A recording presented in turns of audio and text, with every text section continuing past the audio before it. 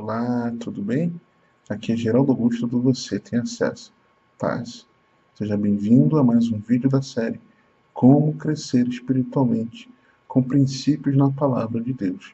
E no vídeo de hoje nós vamos estudar os livros de Mateus, Marcos e Lucas, na parte 2.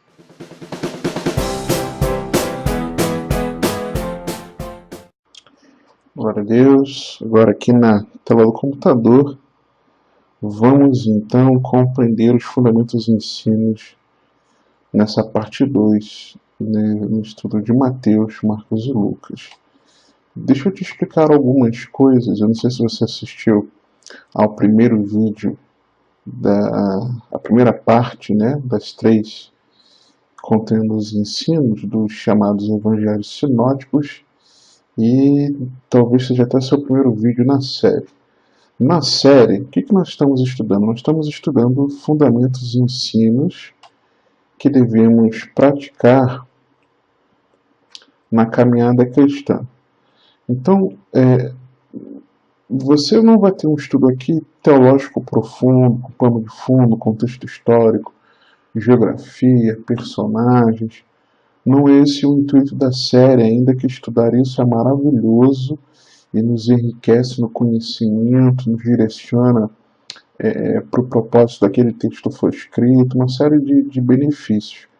Porém, a direção que Deus deu é para que nessa série tivessem sido pensados alguns versículos dentro de cada livro, e o que ao ler esses versículos, imediatamente nós conseguimos trazer para uma prática de vida cristã, né? O que eu devo fazer, o que eu devo agir, que ações eu tomo com aquelas verdades que o versículo me ensinou.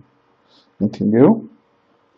Agora, se você também não assistiu, né, a primeira parte, o vídeo com a primeira parte desse estudo de Mateus, Marcos e Lucas, deixa eu te explicar o que são os evangelhos sinóticos, rapidamente.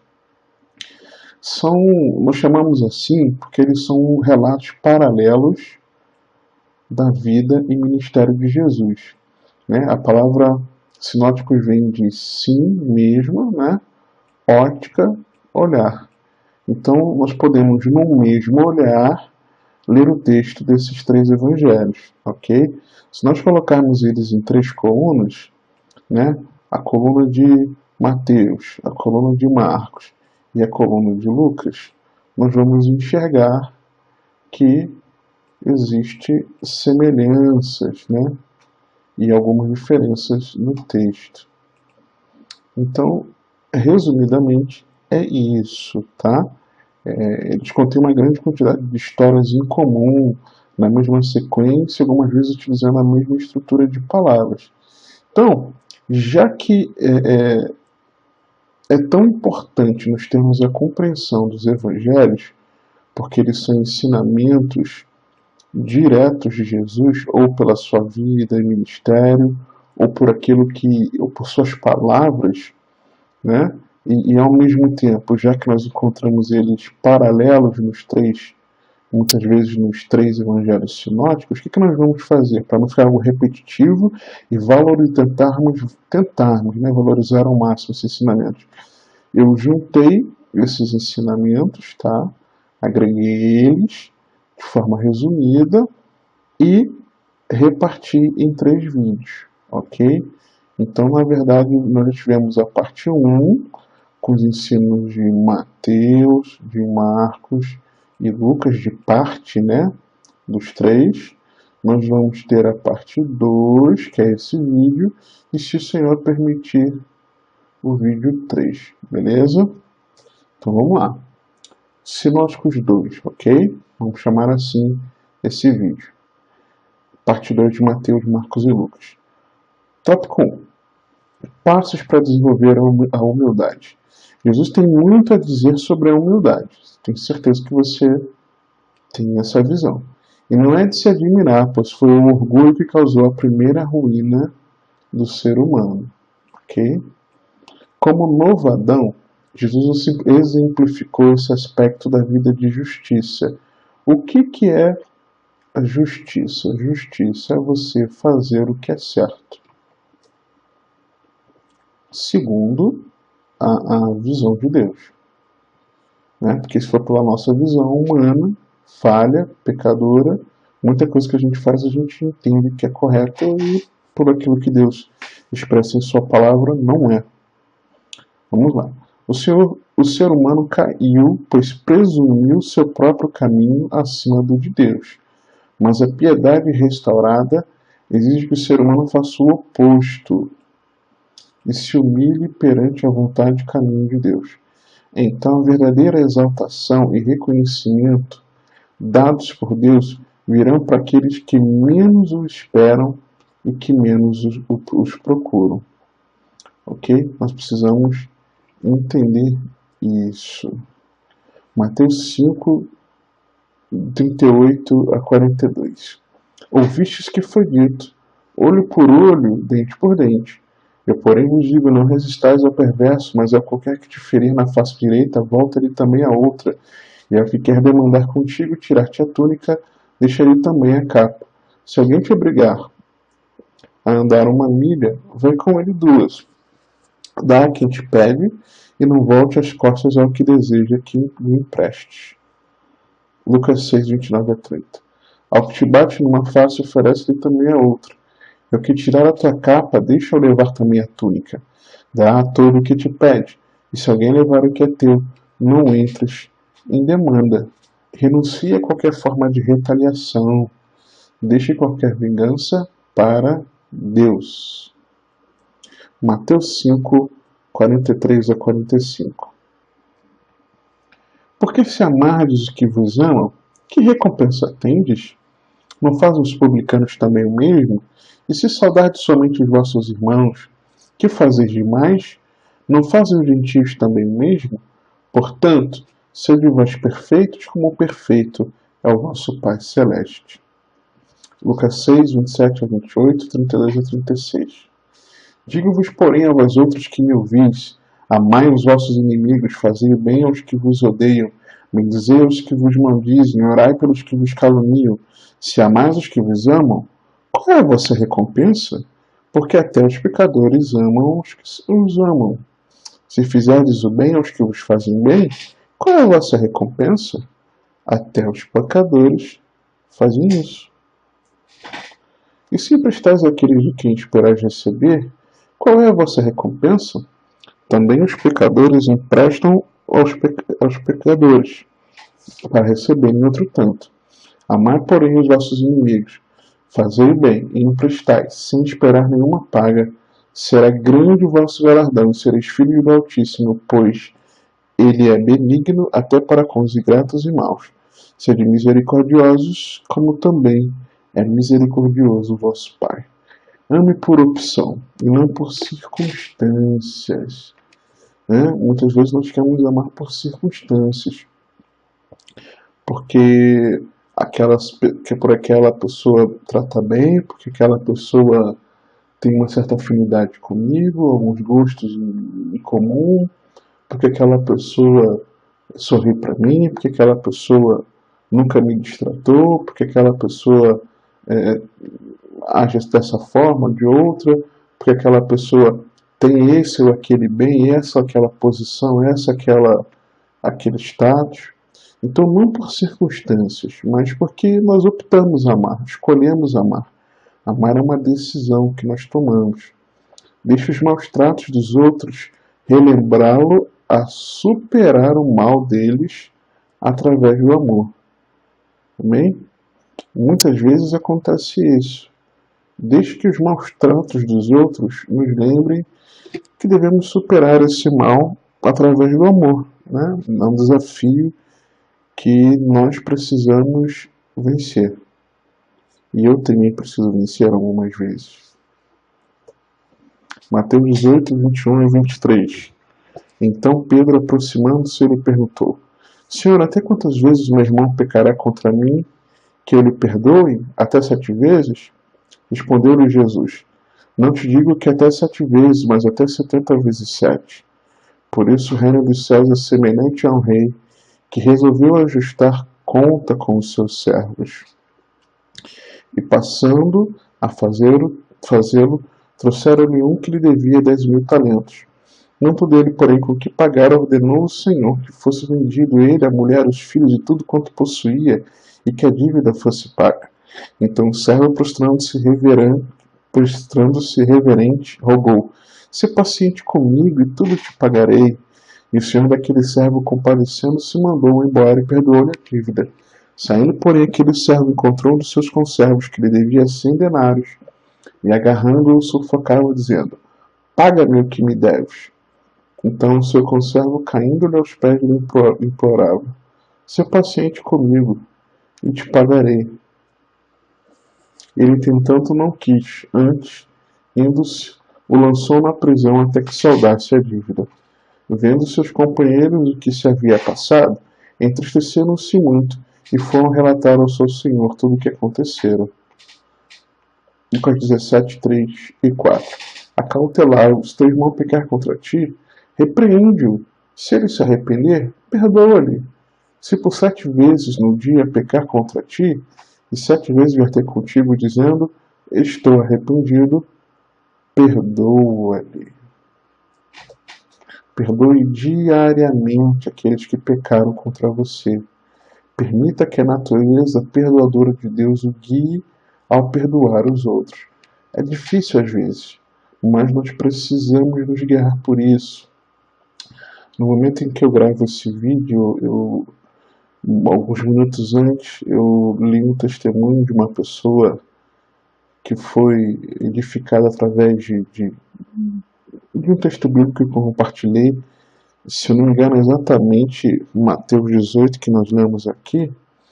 E essa pessoa testemunhava de que seu irmão havia sido assassinado, e após ela ler esse texto que eu compartilhei, ela entendeu a realidade da importância do perdão e perdoou a pessoa, né? Então, eu sei que é difícil, mas nós precisamos nos esforçar e perdoar diariamente aqueles que pecam contra nós.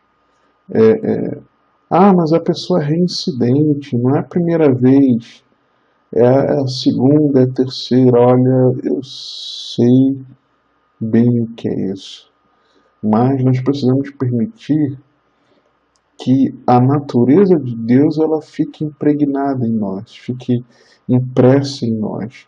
Nós somos a imagem e semelhança de Deus, então nós precisamos permitir que essa natureza de Deus nos guie a perdoar aos outros. É difícil, mas se nós nos esforçarmos, nós conseguiremos, em nome de Jesus. Lucas 14, 7 a 11. Reparando como os convidados escolhiam os primeiros lugares, propôs-lhe uma parábola. Quando por alguém fores convidado para um casamento, não procures o primeiro lugar, para não suceder que, havendo um convidado mais digno do que tu, vindo aquele que te convidou, e também a ele te diga: "Dá o lugar a este", então irás envergonhado ocupar o último lugar. Pelo contrário, quando fores convidado, vai tomar o último lugar, para que quando vier o que te convidou te diga: "Amigo, senta-te mais para cima", ser-te-á isto uma honra diante de todos os mais convivos. Pois todo o que se exalta será humilhado, e o que se humilha será exaltado. Humilhe-se, seja cauteloso com o grave perigo do orgulho e da arrogância. Evite empenhar-se por reconhecimento público e promover a si próprio ou o seu ministério. Olha, eu vou te dizer o seguinte: se nós não tomarmos cuidado, nós somos enveredados por isso aqui, pelo orgulho e arrogância. Essa é uma realidade. Eu me lembro, há cerca de alguns 3 anos atrás, talvez, o Senhor me deu uma direção que para mim, em um dado momento, foi um pouco estranha. Eu estava, de certa maneira, durante um tempo, eu estava um pouco orgulhoso e arrogante de ter a convicção de que quando eu ministrasse uma palavra, uma mensagem, quando fosse pregar, né, a palavra de Deus, eu sabia que Deus iria me usar, porque ao longo desses anos eu já vi Deus usar tantas vezes, falar com tantas pessoas, vários testemunhos, várias situações, e chegou um momento em que, não que eu ministrasse no automático, eu nunca procurei fazer isso, pelo contrário, sempre buscando uma palavra no altar de Deus.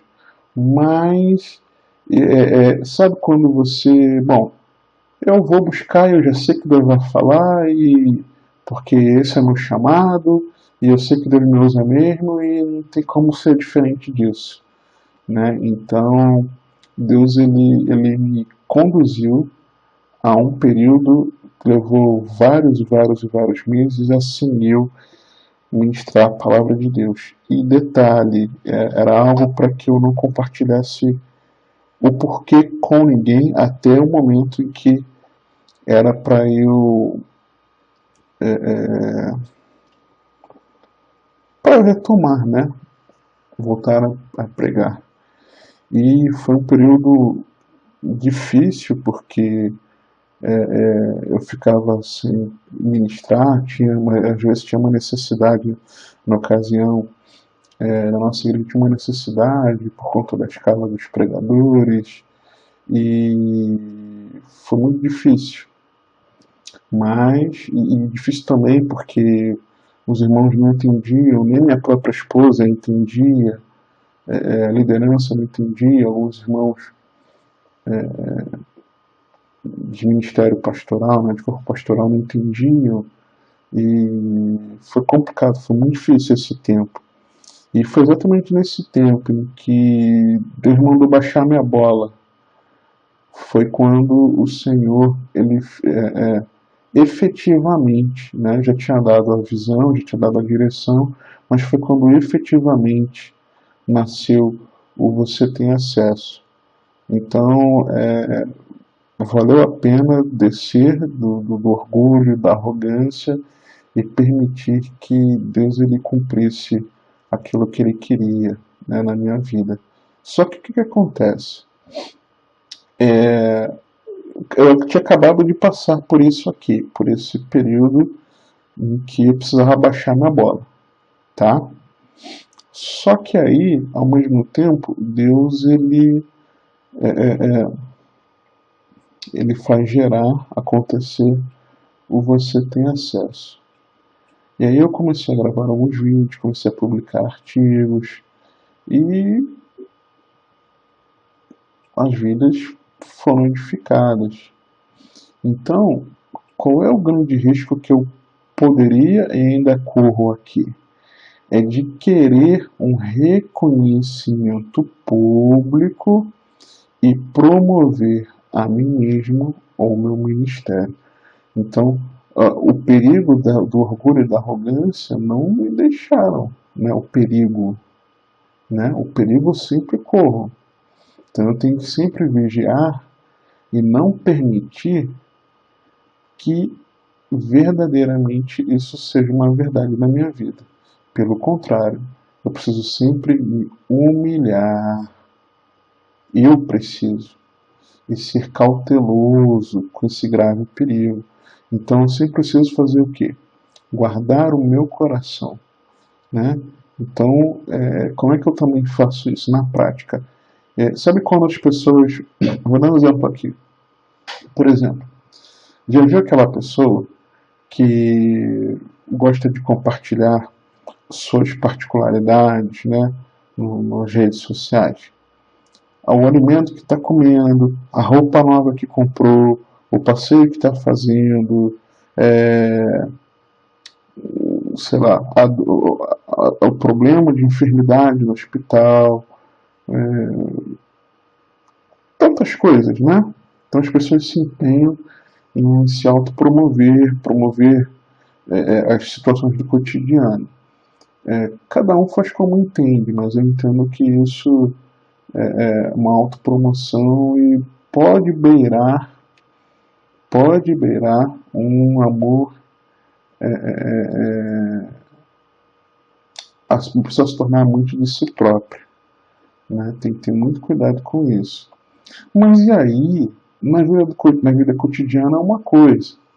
E como é na vida ministerial, sabe? Quando a pessoa tira foto e publica lá na rede social, olha, eu ministrando no local tal, eu preguei no local tal, eu cantei no local tal, e aconteceu isso, isso, isso.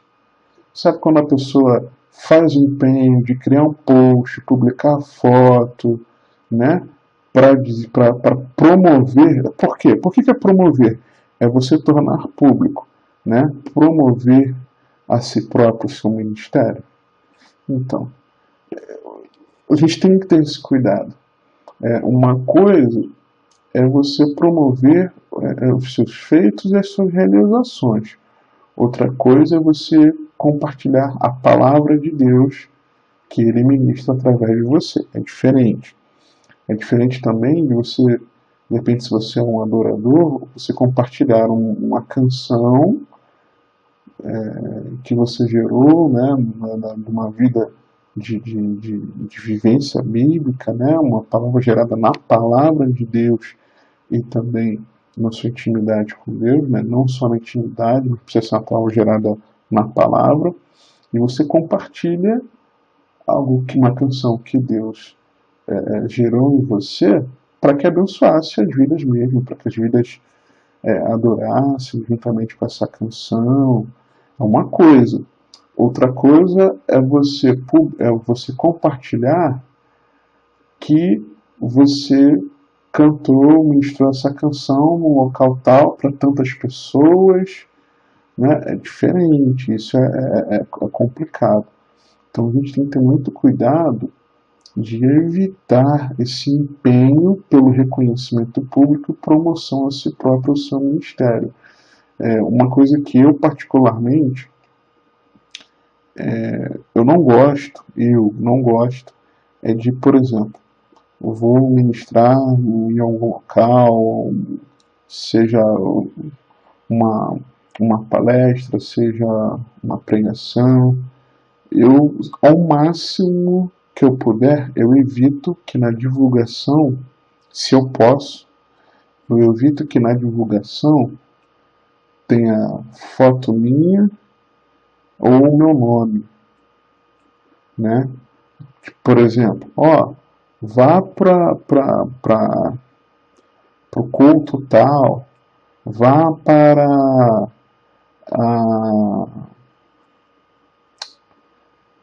o evento tal, vá para o congresso tal, vá para isso, aquilo, porque o fulano de tal vai estar ministrando. Então eu tenho muita resistência a isso com o meu nome. Não gosto. Eu não me sinto bem. Seria uma maneira. Eu me sinto assumindo um lugar que eu não deveria. Eu não me sinto bem. Talvez fosse diferente, por exemplo, digamos que eu seja convidado para ministrar em uma determinada cidade e eu tenho contatos com irmãos daquela cidade e aqueles irmãos, já os conheci pessoalmente ou não, e aqueles irmãos sempre falam, puxa, gostaria tanto de a gente estar junto no culto ao Senhor, de receber uma palavra de Deus através da sua vida e tal, porque eu tenho sido edificado por aquilo outro, né? Então, você já conhece, tem contato com algumas pessoas e você vai estar naquela cidade, você fala com a pessoa, olá, irmã fulana, olha, eu vou estar tal dia aí na sua cidade. Vai lá se você puder, no local assim, assim, assim, na congregação assim, assim, para eu te dar um abraço e tal, não sei o que. É diferente, na minha visão. Posso estar errado, tá? Mas na minha visão, eu não me sinto confortável. Para mim, é a busca por um reconhecimento público. Então, até para que eu aceitasse ter uma imagem minha, né, aquela caricaturazinha que você já deve conhecer aqui dos vídeos, nas thumbnails, né, nas miniaturas dos vídeos, para mim foi complicado, porque não é minha imagem que tem que aparecer, né? Porém, né, os estudiosos, né, de redes sociais, eles dizem que os vídeos que têm a imagem, né, da pessoa, eles geram um maior interesse das pessoas clicarem para assistir. Então, para quanto mais pessoas esses estudos estejam sendo compartilhados, é melhor para que, dentro da visão que Deus deu, as pessoas sejam edificadas. Então eu me permiti colocar aquela imagem nas miniaturas dos vídeos. Mas é algo que eu procuro ter muito cuidado. Sabe, eu procuro ter muito cuidado mesmo. E você também precisa evitar a autopromoção e humilhar-se, né? E buscar verdadeiramente deixar que o Senhor seja exaltado. É claro, se a partir do momento em que existe o reconhecimento por aquilo que você faz, que você realize, amém, né? A Deus seja a glória. O que você faz nessa hora? Você entrega a glória para Deus, né? Você entrega a quem é de direito a glória e a honra, que sempre precisam ser do nosso Senhor. Amém? Lucas 18, 9 a 14. Propôs também esta parábola a alguns que confiavam em si mesmos, por se considerarem justos e desprezavam os outros. 2 homens subiram ao templo com o propósito de orar, um fariseu e o outro publicano. O fariseu, posto em pé, orava de si para si mesmo, desta forma: Ó Deus, graças te dou porque não sou como os demais homens, roubadores, injustos e adúlteros, nem ainda como este publicano. Jejuo 2 vezes por semana, dou o dízimo de tudo quanto ganho. O publicano, estando em pé, longe, não ousava nem ainda levantar os olhos ao céu, mas batia no peito, dizendo: Ó Deus, se propício a mim, pecador. Digo-vos que este desceu justificado para a sua casa, e não aquele, porque todo que se exalta será humilhado, mas o que se humilha será exaltado. Reconheça, confesse perante Deus qualquer pecado em sua vida. Não adianta eu saber que eu tenho pecado e não me arrepender e não o confessar. E eu só confesso quando eu me arrependo, e eu só me arrependo quando eu reconheço. Ok? Não procure justificar a si mesmo comparando-se com outros pecadores, né? Eu também não roubo, eu não mato, eu não faço isso, eu não faço aquilo. Eu sou bom, não faça isso, tá? Segundo, princípios para relacionamentos piedosos. Uma grande ênfase nos ensinamentos de Jesus é sobre construir e manter relacionamentos corretos com Deus e o ser humano. Ele não encara esses relacionamentos como não importantes ou irrelevantes, mas como a essência com que a vida é feita.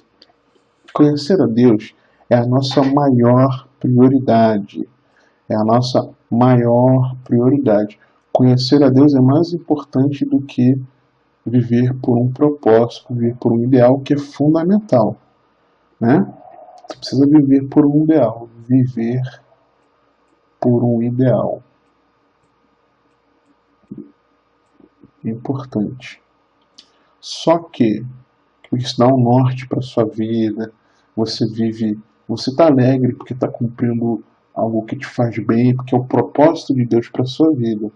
Só que não adianta querer viver um propósito, viver por um ideal, sem conhecer a Deus. Não tem como. Essa aqui é a prioridade. Né?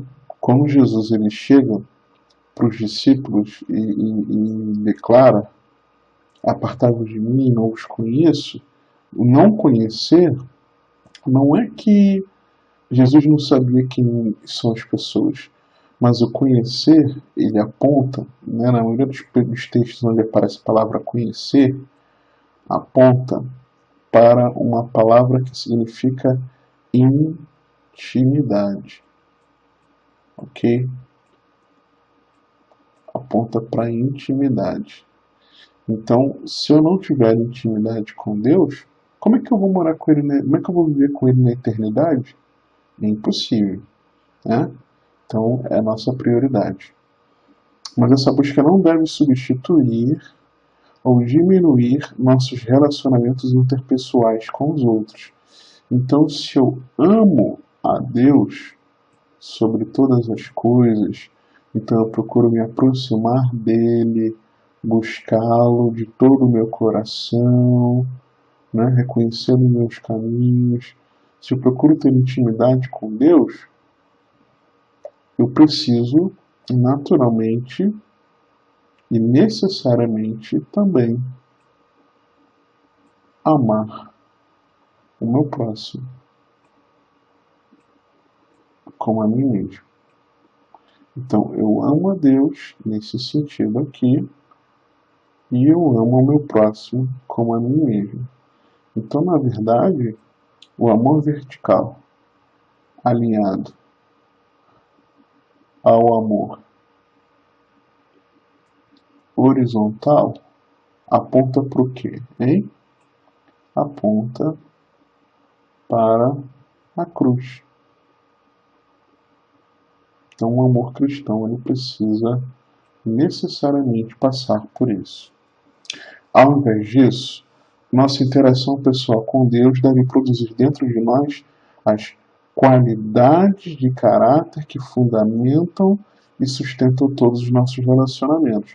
Então, porque eu amo a Deus sobre todas as coisas, de todo o coração, de toda a alma, de todo o entendimento, de toda a força, eu passo a conhecê-lo e prossigo em conhecê-lo em intimidade, e eu recebo dele um caráter transformado com essas qualidades, e isso vai me fundamentar e vai sustentar quando eu lido com as pessoas. Então, se eu sou cheio de Deus, naturalmente eu vou ser forjado a ser uma melhor pessoa em como lidar com o próximo. É o que acontece. Mateus 5, 21 e 22. Ouvistes que foi dito aos antigos: não matarás, e quem matar estará sujeito ao julgamento. Eu, porém, vos digo que todo aquele que sem motivo se irá contra seu irmão estará sujeito ao julgamento. E quem preferir o insulto a seu irmão estará sujeito a julgamento do tribunal. E quem lhe chamar tolo está sujeito ao inferno de fogo. Olha só isso. Você deve ter escutado aí um ruído, né? Do microfone. Mas olha isso. Então, se antes era só não matar, só entre aspas, né? Era não matar, aqui é aquele que se ira, né? Sem motivo. Aquele que se ira sem motivo está sujeito ao julgamento. E quem insultar esse irmão está sujeito ao julgamento do tribunal. E quem chamar tolo é sujeito ao fogo do inferno. Então, ao inferno de fogo. Então, isso é muito sério. Saiba que Jesus iguala raiva com homicídio. Sabe quando você fica com raiva daquela pessoa e aquela raiva vai te consumindo? É como se você estivesse matando a pessoa. Então, o Senhor condena isso. Tome muito cuidado com a maneira com que você fala com os outros, para que palavras odiosas não levem ao julgamento de Deus. Então, às vezes, no momento de raiva, nós podemos falar de uma maneira odiosa e isso Deus condena. Mateus 5, 23 a 25. Se, pois, ao trazeres ao altar a tua oferta ali te lembrares de que teu irmão tem alguma coisa contra ti, ou seja, Não é você que tem alguma coisa contra o teu irmão, mas você sabe que a pessoa tem algo contra você, né? É o teu irmão que tem algo contra ti, não é você que tem contra o irmão. Vai, deixa perante o altar a tua oferta, vai primeiro reconciliar-te e então voltando faz a tua oferta. Então é como se fosse assim. Você sabe que a pessoa está chateada com você por algo que você talvez não tenha nem realmente feito. Mas você sabe que a pessoa está chateada, magoada contigo. Ela tem alguma coisa contra você. O que você tem que fazer? Chegar até a pessoa e se reconciliar. É a instrução da palavra. Entre em acordo sem demora com o teu adversário, enquanto estás com ele a caminho, para que o adversário não te entregue ao juiz oficial de justiça e seja recolhido à prisão. Lucas 12, 57 e 58. E por que não julgais também por vós mesmos o que é justo? Quando fores contra o adversário, ao magistrado, esforça-te para te livrares desse adversário no caminho, para que não suceda que ele te arraste ao juiz, o juiz te entregue ao meirinho e o meirinho te recolha à prisão. Pratique a reconciliação demorada. Só no culto de domingo? Só no mês seguinte? Só na próxima ceia do Senhor? Não.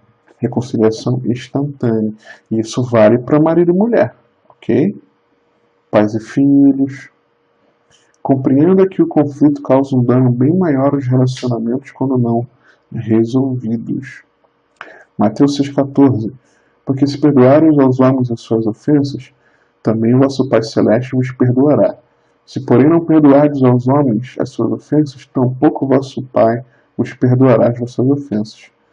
Marcos 11, 25. Quando estiverdes orando, se tendes alguma coisa contra alguém, perdoai, para que o vosso Pai Celestial vos perdoe as vossas ofensas. Né? E aqui já diretamente quando você tem alguma coisa contra alguém. Compreenda que Deus perdoa nossos pecados, conforme perdoamos os outros que pecaram contra nós. Adote o saber perdoar os outros na sua vida de oração com disciplina diária. Ou seja, todo dia está chateado com alguém, aconteceu alguma coisa, sabe que a pessoa tem algo contra você, coloca em oração todos os dias. E perdoe. Mateus 7, de 1 a 5. Não julgueis para que não sejais julgados, pois com o critério com que julgardes sereis julgados, e com a medida com que tiveres medido, vos medirão também. Porque vês tu o argueiro ao olho do teu irmão, porém não reparas na trave que está no teu próprio? Ou como dirás a teu irmão, deixa-me tirar o argueiro do teu olho quando tens a trave do teu? Hipócrita, tira primeiro a trave do teu olho, então verás claramente para tirar o argueiro do olho do teu irmão. Lucas 6, 37 e 38. Não julgueis e não sereis julgados. Não condeneis e não sereis condenados. Perdoai e sereis perdoados. Dai e dar-se-vos-á. Boa medida, recalcada, sacudida, transbordante, generosamente vos darão, porque com a medida que tiverdes medido vos medirão também. Porque vês tu o argueiro no olho do teu irmão, porém não reparas na trave que está no teu próprio? Como poderás dizer ao teu irmão, deixa, irmão, que eu tire o argueiro do teu olho, não vendo tu mesmo a trave que está no teu? Hipócrita, tira primeiro a trave do teu olho, e então verás claramente para tirar o argueiro que está no olho de teu irmão? Corrija seus erros e solucione seus próprios problemas antes de tentar corrigir erros ou problemas dos outros. Deixe qualquer atitude de julgamento e você sinalizar a necessidade de examinar a si mesmo em relação a coisas que o incomodam sobre os outros. Ok? Então, antes de eu tentar corrigir quem está errado, porque a gente sabe que as pessoas erram. Né? Aí você vê, você nota, observa, natural. Agora, o que eu vou fazer? Eu vou tentar corrigir nos outros? Não. Antes, eu vou corrigir os meus erros e solucionar meus próprios problemas. E deixar qualquer atitude de julgamento em mim sinalizar a necessidade de examinar a mim mesmo em relação a coisas que incomodam sobre os outros. Então, se eu sei que algo me incomoda, né, em relação àquela determinada pessoa, eu preciso me examinar e ver se eu não estou vivendo aquilo. Eu preciso fazer isso. Só que aí eu te pergunto, então já que é assim nós não devemos julgar? Não, não é bem isso. Não é que não podemos. Efésios 5, do 11 a 3. E não sejais cúmplices nas obras infrutíferas das trevas, antes porém reprovai-as. Então se alguém está fazendo coisa que é do mal, é maligna, não vem de Deus, mas vem das trevas, o que eu tenho que fazer? Eu tenho que reprovar. Não tem jeito. Porque o que eles fazem oculto eu só referi a vergonha. Mas todas as coisas, quando reprovadas pela luz, pela luz. Quem reprova é a luz. Quem é a luz? A luz é a palavra de Deus. Essa é a luz. Se tornam manifestas porque tudo quando se manifesta é luz. Então, como eu jogo o canhão de luz, né, sobre aquela questão, é a luz que vai dizer se realmente aquilo está certo ou está errado. Então é algo que nós precisamos entender. Não julguei segundo a aparência, sim pela reta justiça. Então, para julgar, que nós podemos, mas o que nós precisamos fazer? Fazer um autoexame e corrigir o que estiver errado em nós. Então eu vou me analisar primeiro. E vou lançar a luz e a reta justiça de quê? Da palavra de Deus e não nossas próprias convicções sobre o que é certo ou errado. Então, quem que vai me dizer se está certo ou errado? É a palavra. Terceiro, com Jesus, a justiça não consiste mais na observância de um código legal externo. Jesus define como um aprendizado dele mesmo, como mestre e através de quem? Do Espírito Santo. A justiça agora é definida pela pessoa de Jesus e não pela lei. Entretanto, essa pessoa que é justa exige a nossa lealdade. O verdadeiro discipulado exige compromisso total, sem distração ou acomodação. Mateus 10, 17 a 20. E acautelai-vos dos homens, porque vos entregarão aos tribunais e vos açoitarão nas suas sinagogas. Por minha causa, sereis levados à presença de governadores e de reis, para lhes servir de testemunho a eles e aos gentios. E quando vos entregarem, não condeis e comam o que eu vejo falar, porque naquela hora vos será concedido o que haveis de dizer, visto que nós não sois vós os que falais, mas o Espírito de vosso Pai é quem fala em vós. Compreenda que a religião legalista é um inimigo feroz da qualidade da vida e de amor do reino de Deus. Confie que Jesus lhe dará sabedoria e palavras para superar tal oposição. Mateus 10, 37 a 39. Quem ama seu pai ou sua mãe mais do que a mim não é digno de mim. Quem ama seu filho ou sua filha mais do que a mim não é digno de mim. E quem não toma a sua cruz e vem após mim não é digno de mim. Quem acha a sua vida, perdê-la. Que todavia perde a vida por minha causa, achará. Lucas 14, 26 a 27. Se alguém vem a mim e não aborrece ao seu pai, e mãe, e mulher, e filhos, irmãos, irmãs, e ainda sua própria vida, não pode ser meu discípulo. E qualquer que não tomar a sua cruz e vier após mim, não pode ser meu discípulo. Saiba com certeza que Jesus exige uma lealdade para com ele maior do que a lealdade para com qualquer ser humano. Compreenda que o discipulado significa submeter seus próprios interesses em favor dos de Deus. Submeter seus próprios interesses em favor dos de Deus. Ok? Então a minha lealdade para com o Senhor Jesus, ela precisa ser maior do que com qualquer ser humano. Mateus 10, 34 a 36. Não penseis que vim trazer paz à terra, não vim trazer paz, mas espada. Pois vim causar divisão entre o homem e seu pai, entre a filha e sua mãe, e entre a nora e sua sogra. Assim os inimigos do homem serão os da sua própria casa. Lucas 12, 51 a 53. Supones que vim para dar paz à terra? Não, eu vou afirmo. Antes, divisão. Porque daqui em diante estarão 5 divididos numa casa, 3 contra 2 e 2 contra 3. Estarão divididos pai contra filho, filho contra pai, mãe contra filha, filha contra mãe, sogra contra nora, nora contra sogra. Reconheça e antecipe que o discipulado e compromisso pessoal com Jesus podem até resultar em divisão e rejeição. Então, isso pode acontecer? Pode, e acontece muito. O seu papel é ser uma pessoa constante, madura, que entende isso, que reconhece e antecipa que o discipulado e compromisso pessoal com Jesus podem gerar esse tipo de ocasião. Mateus 16, 24 a 26. Então disse Jesus a seus discípulos: se alguém quer vir após mim, a si mesmo se negue, tome a sua cruz e siga-me. Porquanto quem quiser salvar a sua vida, perdê-la-á. E quem perder a vida por minha causa, achá-la-á. Pois que aproveitará o homem se ganhar o mundo inteiro e perder a sua alma? Ou que dará o homem em troca da sua alma? Marcos 8, 34, 36.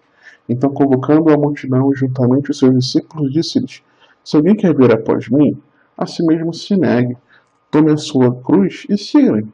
Quem quiser por salvar a sua vida, perdê-la-á. E quem perder a vida por causa de mim e do Evangelho, salvá-la-á.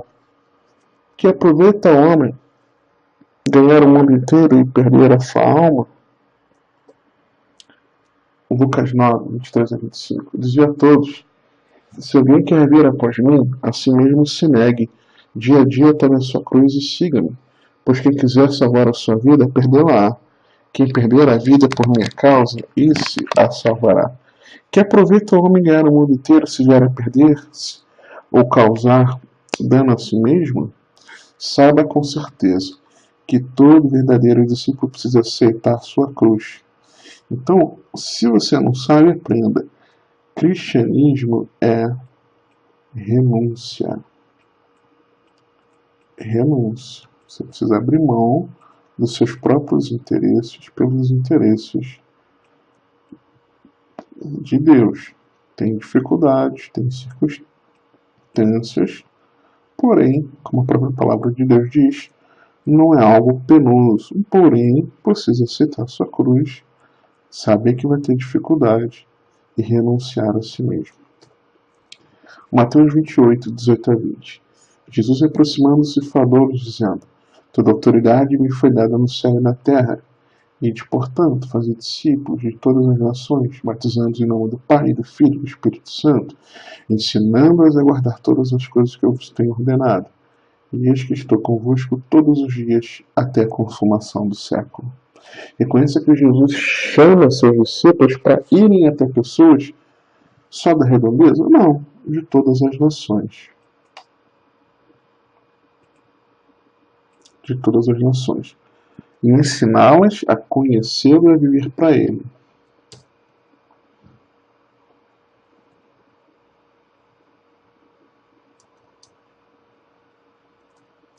Deixa eu voltar aqui. Ensine os outros que Cristo deve ser o centro.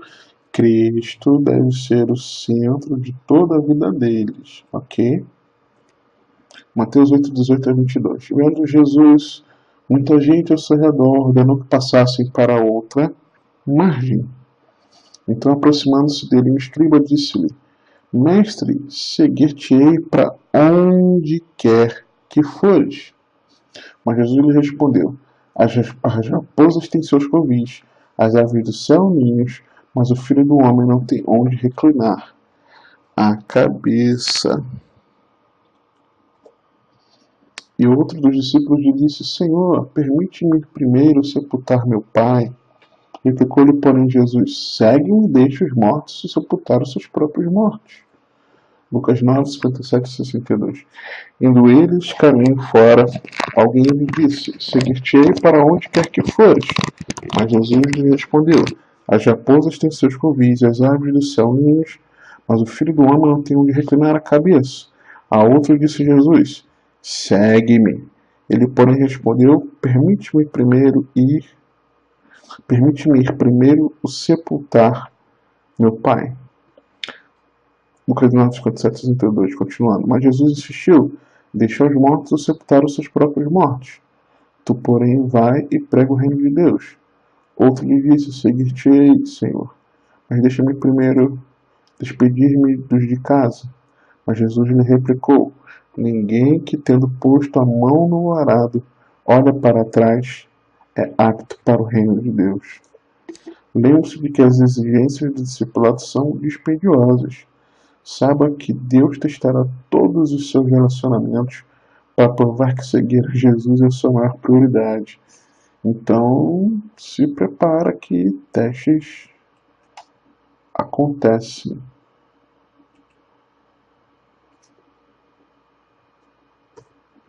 4. Princípios para compreender o reino de Deus. O tema dominante dos ensinamentos de Jesus é o reino de Deus. Jesus apresenta várias descrições com palavras de como esse reino sobrenatural é, mas o reino não deve ser meramente compreendido com a mente. Ao invés disso é espiritual e deve ser compreendido, penetrado através de meios espirituais e na vida prática. Meditemos diariamente sobre as palavras de Jesus a fim de recebermos as chaves do reino. Mateus 11, 12 e 14. Desde os dias de João Batista até agora, o reino dos céus é tomado por esforço, e os que se esforçam se apoderam dele. Porque todos os profetas da lei profetizaram até João. E, se o quereis reconhecer,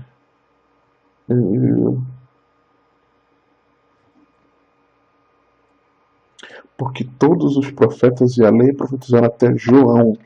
E se o quereis reconhecer, ele mesmo é Elias, que estava para vir. Lucas 16, 16. A lei e os profetas juraram até João. Desde esse tempo vem sendo anunciado o evangelho do reino de Deus, e todo homem se esforça por entrar nele. Entre no reino de Deus por determinação violenta. Determine-se. Eu vou me entregar ao Senhor. Eu vou buscar a Deus. Eu vou, Busque essa determinação forte, violenta, extrema. Não é para ser violento não com as pessoas, hein? Preste atenção no que eu estou falando. É para a sua atitude para entrar no reino, é com determinação extrema. Mas não para você ser violento com as pessoas e as situações. Seja agressivo sobre servir a Cristo. Seja agressivo com aquilo que te faz, com aquilo que te afasta da presença de Deus e de servi-lo. Lucas 17, 20 e 21. Interrogado pelos fariseus sobre quando viria o reino de Deus, Jesus lhes respondeu: não vem o reino de Deus com visível aparência. Nem dirão, ele aqui ou lá está, porque o reino de Deus está onde? Dentro de vós. Compreenda que o reino de Deus é um governo interno que não se pode observar com os olhos naturais. Mateus 13, 44 a 46. O reino dos céus é semelhante a um tesouro oculto no campo, o qual certo homem, tendo achado, escondeu, e transbordante de alegria, vai, de tudo que tem, compra aquele campo. O reino dos céus é também semelhante a um que negocia e procura boas pérolas, e tendo achado uma pérola de grande valor, vende tudo o que possui e a compra. O reino dos céus é ainda semelhante a uma rede que, lançada ao mar, recolhe peixes de toda espécie. Quando já está cheio, os pescadores arrastam-a para a praia, e assentados escolhem de bons para os cestos, e os juízes deitam fora. Assim será na consumação do século. Sairão os anjos e separarão os maus dentre os justos, e os lançarão na fornalha acesa. Ali haverá o quê? Choro e ranger de dentes. Continuando, entendestes todas estas coisas? Responderam-lhe, sim. Então lhes disse, por isso todo escriba é versado no reino dos céus. É semelhante a um pai de família que tira do seu depósito coisas novas e coisas velhas. Então reconheça que o reino de Deus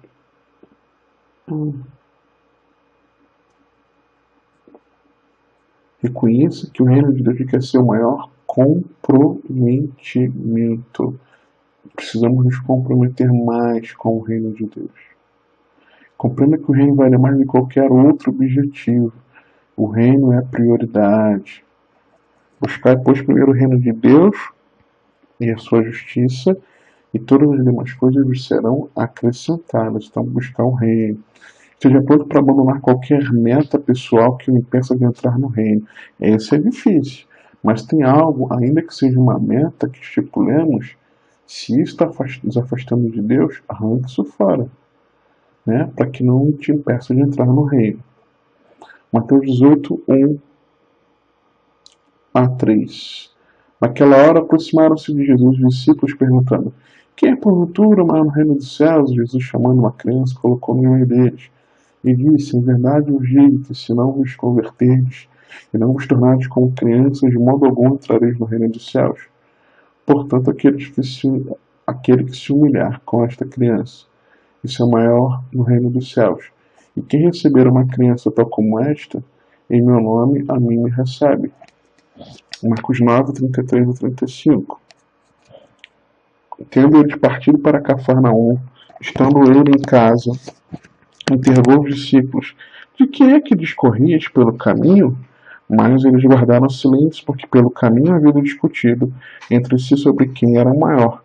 E ele, assentando-se, chamou os 12 e lhes disse: se alguém quer ser o primeiro, será o último e servo de todos. Trazendo uma criança, colocou-a no meio deles, e tomando-a nos braços, disse-lhes: qualquer que receber uma criança tal como esta, como em meu nome, a mim me recebe. Qualquer que a mim não recebe a mim, mas o que me enviou. Lucas 9, 46 e 48. Levantou-se entre eles uma discussão sobre qual deles seria o maior.